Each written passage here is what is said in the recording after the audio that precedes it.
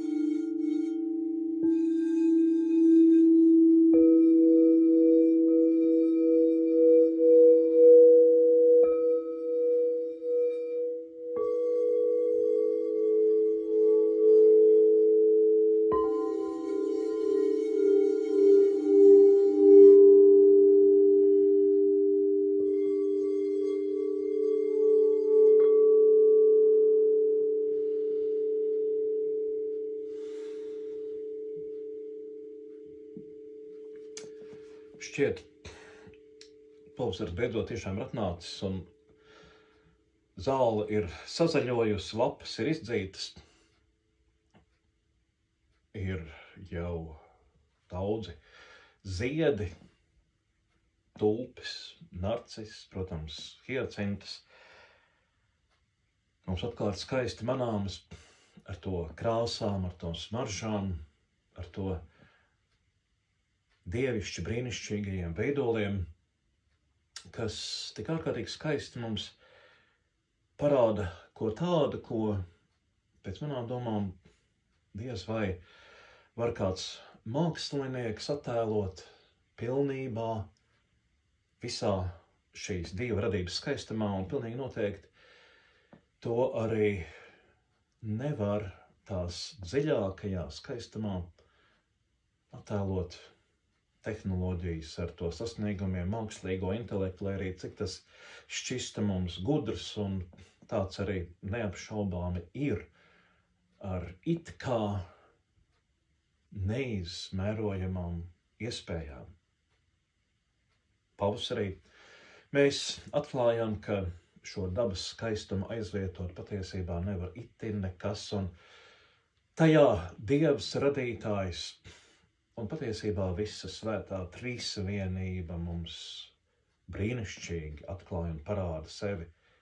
Un šķiet mums jāmācās to saskatīt ne tikai pavasara ziedu plaukumā, bet arī sniegā, lietu, vējā, situācijās, kad nav ne maiga, silta saulīta vai maiga, silta vēja, vēsmiņa, bet kad ir arī tas, ko saucam nepatīkami, arī caur tādām pieredzēm, caur grūtībām runā Dievs uz mums, vai ne? Šķiet, ka šo patiesību mēs arī šajā brīdī, kad pasaulē vēl ar vienu un šķiet vēl vairāk plosās negācijas, kāri, konflikti, traģēdijas, mēs to varam mācīties. Kā tad saskatīt Dieva pieskārienu visā, kas notiek?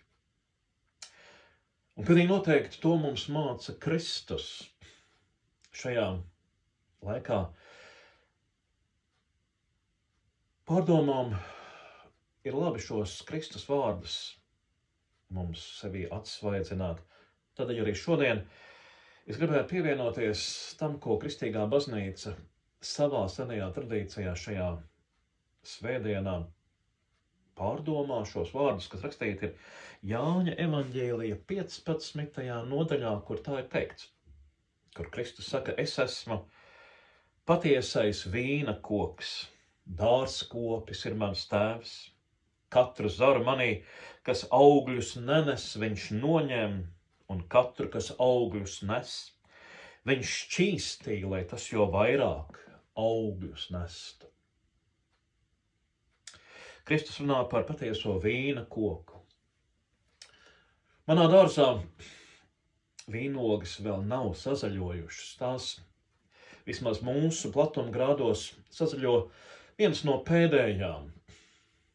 Vīnogas ir tāds ļoti īpašs augs ar dziļu un ļoti auglīgu mūžu, ja mēs tām ļaujam īstenot savu patieso potenciālu, savu perspektīvu. Par vīnogām domājot, pagājušais gads pie mums Latvijā vīnogām bija ļoti labvēlīgs, un daudziem vīnogu audzētājiem bija brīnišķīgas vīnogu ražas ar ārkārtīgi garšīgām, Latvijas apstākļos pat neierasti brīnišķīgām vīnogām. Un arī šeit tātad Jēzus, kurš runā vienā situācijā tuvajos austrumos, Palestīnā, viņš runā par vīna koku. Tur jau tās vīna plantācijas, vīnogu koki aug un cilvēki gatavo vīnu daudz vairāk, plašāk nekā pie mums. Bet, ziniet, tie vīna koki jau ir ļoti dažādi. Es esmu redzējis vīnogu kokus, krūmus pat varētu drīzāk teikt, un tādus senus vīnogus, tādus, kas šķietam ir bijuši jau miruši, bet kādā brīnumainā veidā tie pie pareizas apkopes ir spējuši izdzīt jaunus dzinumus, atkal spējuši nest jaunas vīnogas. Savukārt, kā mēs saprotam, jautājums šeit ir par pareizo mēslojumu, pareizo kopšanu, pareizo zaru izgriešanu, sapratni par šo vīnogu koku vai vīnogu stādu, spēju sajust tā vajadzības. Vai nav tā pasaulē ar visu? Patiesībā jau tik daudz ir dažādi vīnkopji, dažādi līderi, dažādi pseido dārznieki šajā pasaulē, kas ar mums gribētu varbūt kaut ko izmēģināt, kādu jaunu minerālu mēslojumu, varbūt izgriezt kādus zarus, par kuriem viņiem nav īsti tādas sapratnes, kas tad ir tie zari, kas ir jāizgriež un kas nav. Un gan globāli, gan tepat Latvijā mēs redzam, kā diemžēl, vai ne, mēs atkal un atkal viļamies kādos šī dārza globālā vai mūsu valsts dārzkopjos, un rodas arvien jaunas krīzes. Vīnogas ir skābas, negaršīgas, vai arī vispār to nav. Un tas arī ar mums katru pašu, mūsu dvēselē. Ir daudz un dažādi stādi, daudz un dažādas iespējas kaut ko izaudzēt, daudz un dažādas perspektīvas. Vai tu saproti, kas ir nezāle, kas ir labais stāds ar potenciālu nest brīnišķīgas ogas, vai tu jūti to, kas katram stādam dod vajadzīgo augsni, vajadzīgo mēslojumu, vajadzīgo aprūpi? Vai nav kaut kas tāds, kur tu kaut ko par daudz pārlej, vai arī aizmirsti par kādu auga, stāda, kopšanu? Cik zīmīgi. Kristus runā par visu lietu radītāju, kurš patiesībā neaizmirst nevienu no šiem stādiem.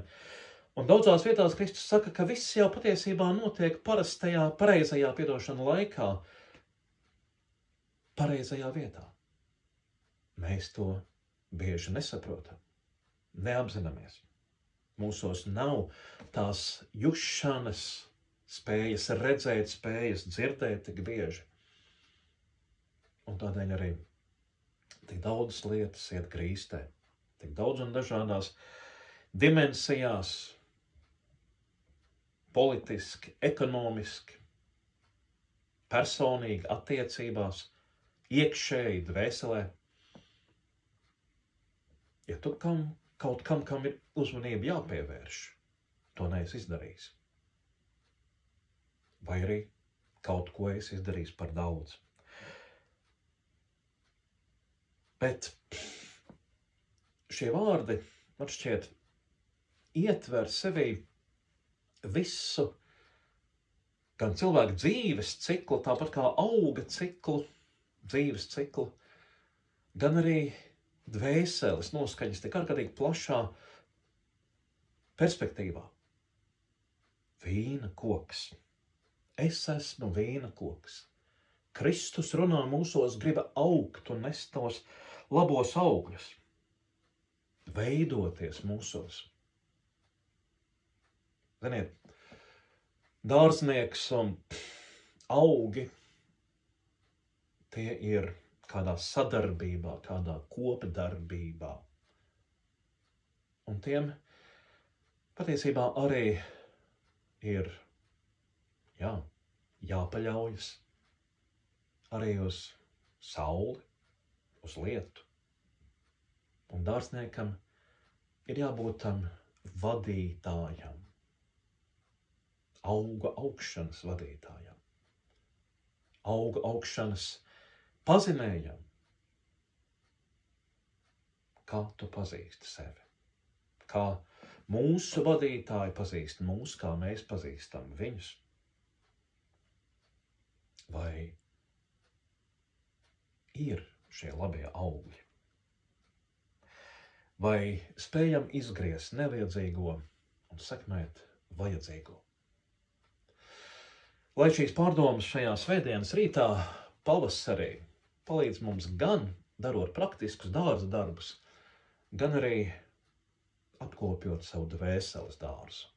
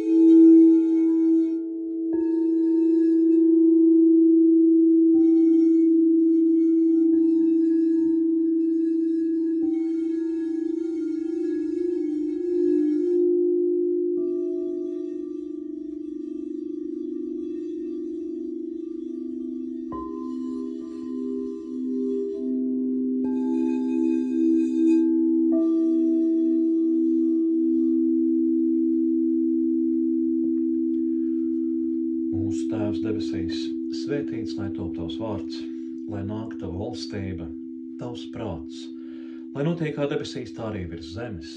Mūsu dienascho maizi dod mums šodien, un piedod mums mūsu parādus, kā arī mēs piedodam saviem parādniekiem. Un neieved mūsu kārdināšanā, bet atpestī mūs no ļauna, jo tev pieder valstība, spēks un gods, mūžīgi, mūžos. Āmen.